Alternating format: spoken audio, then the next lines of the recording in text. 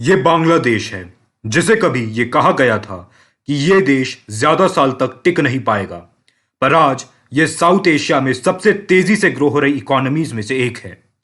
और इसने कई बड़े देश जैसे भारत को विकास के पैरामीटर्स में पीछे छोड़ चुका है। पिछले 15 सालों में बांग्लादेश की ग्रोथ एवरेज 7 से 8% रही है। 2009 में बांग्लादेश की जीडीपी $100 बिलियन थी और 2019 में बांग्लादेश की जीडीपी बढ़ के $303 बिलियन हो गई। यानी 10 सालों में बांग्लादेश ने 200% जीडीपी में बढ़ोतरी की है। तो आखिर बांग्लादेश की इकोनॉमी इतना ग्रो क्यों कर रही है? क्या बांग्लादेश एशिया की नई टाइगर इकोनॉमी बनने वाला है? बांग्लादेश का इतिहास संघर्षपूर्ण और दर्दनाक रहा है। 1971 में पाकिस्तान से अलग होने के बाद बांग्लादेश के पास अपना बेसिक चीजों को चलाने तक के पैसे नहीं थे। कुछ समय बाद 1974 में बांग्लादेश में सूखा पड़ गया, जिसके कारण लाखों लोगों की जान गई और उनके देश की स्थिति और खराब हो गई। इस समय के दौरान इंडस्ट्रियल ग्रोथ भी बहुत कम था। पाकिस्तान युद्ध में बांग्लादेश के रोड, रेलवे और अन्य इंफ्रास्ट्रक्चर को बहुत ज्यादा नुकसान हुआ। इसलिए बांग्लादेश को सबसे पहले अपना ट्रांसपोर्टेशन नेटवर्क को सही करना था। इस समय बांग्लादेश के लोग जॉब में स्किल्ड नहीं थे, अनपढ़ और बेरोजगार थे। इस कारण से बांग्लादेश ने सोशलिज्म की पॉलिसी अपनाई और देश के बहुत से इंडस्ट्रीज को नेशनलाइज किया, जिसके कारण इंडस्ट्रियल आउटपुट कम हो गया और जीडीपी ग्रोथ रुक सी गई। इसलिए इंडस्ट्रियल क्षेत्र को फिर से प्रोडक्टिव बनाने के लिए बांग्लादेश की सरकार ने प्राइवेट सेक्टर को बढ़ावा दिया और कई सरकारी क्षेत्र जैसे बैंकिंग, टेलीकम्युनिकेशन और एविएशन क्षेत्र को प्राइवेटाइज किया गया। पर इन सब से एक इंडस्ट्री थी जिसने बांग्लादेश में मैन्युफैक्चरिंग को बहुत बढ़ावा दिया। वो था टेक्सटाइल इंडस्ट्री, यानी कपड़ा उद्योग। बांग्लादेश दूसरा सबसे बड़ा रेडीमेड गारमेंट्स का मैन्युफैक्चरर बन चुका है। बांग्लादेश का 80% एक्सपोर्ट इसी इंडस्ट्री से आता है। बांग्लादेश की विशाल और सस्ता लेबर यहां मैन्युफैक्चरिंग बहुत आसान बनाता है। इसी तरीके से कई गरीब देश डेवलप्ड बने। जैसे 60 के दशक में दक्षिण कोरिया और सिंगापुर ने अपनी शुरुआत टेक्सटाइल इंडस्ट्री से की थी और आगे जाकर वो हाई एंड प्रोडक्ट्स जैसे इलेक्ट्रॉनिक, हैवी मशीनरी और इक्विपमेंट सेल करने लगे थे। इसलिए बांग्लादेश अपनी शुरुआत स्टेज पर है। क्योंकि टेक्सटाइल इंडस्ट्री में बहुत लेबर फोर्स की आवश्यकता है, इसलिए इस इंडस्ट्री में एक्सटेंसिव लेबर काम करती है और इसके 80% लेबर महिलाएं हैं, जिसके कारण बांग्लादेश में महिला सशक्तिकरण को भी बढ़ावा मिलता है। टेक्सटाइल इंडस्ट्री में बांग्लादेश में 50 लाख लोग डायरेक्टली और 1 करोड़ लोग इनडायरेक्टली काम करते हैं। क्योंकि बांग्लादेश अभी लो इनकम कंट्री है, तो इसे अपना सामान अमेरिका और यूरोप में बेचने के लिए कस्टम पे नहीं करना पड़ता है। क्योंकि टैक्स कम लगता है, इसलिए बांग्लादेश अपना सामान ज्यादा देशों को बेच पाता है। उससे जीएसपी का स्टेटस छीन लिया जाएगा। इसका मतलब यह है कि अगर बांग्लादेश अपना सामान दूसरे देशों को एक्सपोर्ट करेगा तो उस पर ज्यादा टैक्स लगेगा। दूसरी सबसे बड़ी चीज बांग्लादेश के लिए जरूरी है, वो है रेमिटेंस।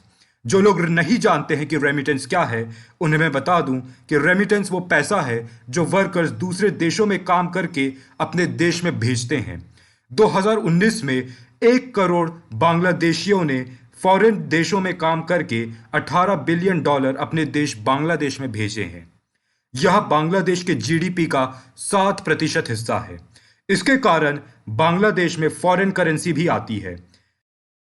जो बांग्लादेशी वर्कर्स अपने देश से बाहर काम करते हैं, उनके हाउस होल्ड इनकम में सेविंग नॉर्मल हाउस होल्ड से 80% ज्यादा है। आज के समय में रेमिटेंस का बांग्लादेश की इकोनॉमी पर बहुत अच्छा असर पड़ रहा है। बांग्लादेश की अब तक की जीडीपी ग्रोथ बहुत अच्छी रही है, पर आगे भी इसी फॉर्मूला को देश के विकास के लिए नहीं अपनाया जा सकता।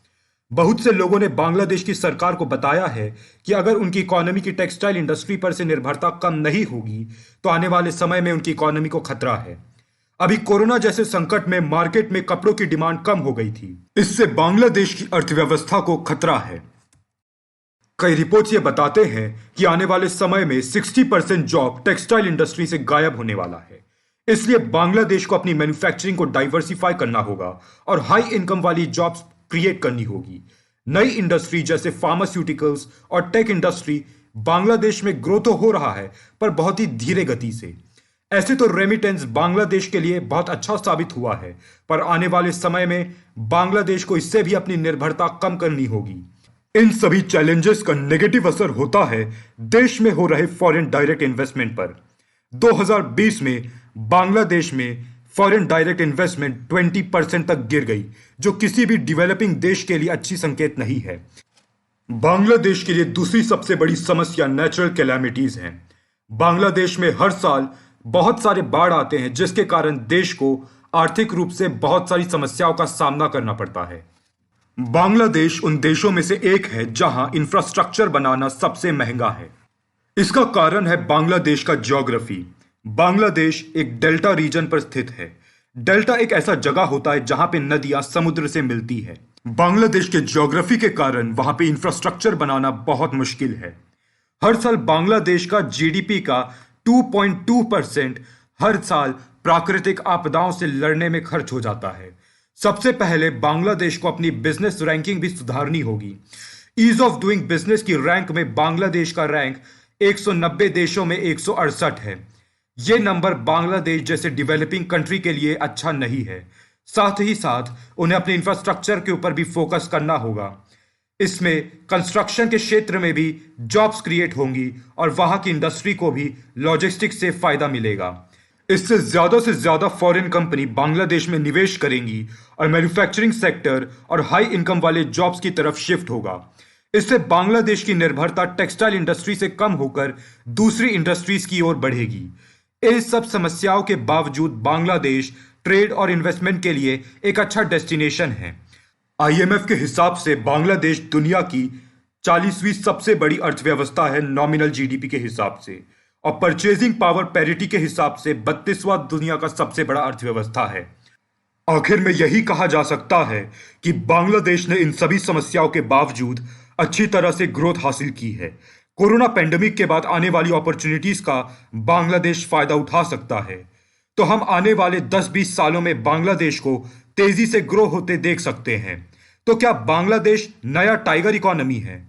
एशिया की tiger economy Singapore, Hong Kong, Taiwan और दक्षिण कोरिया को कहा जाता है, जो एक समय में बहुत गरीब देश हुआ करते थे, पर उन्होंने बहुत कम समय में अपनी आर्थिक स्थिति में सुधार लाया और दुनिया के सबसे विकसित देशों में से एक बन गए। तो क्या हम आने वाले समय में बांग्लादेश को भी इसी स्थिति में देख सकते हैं? आप अपने विचार कमेंट सेक्शन में जरूर बताएं।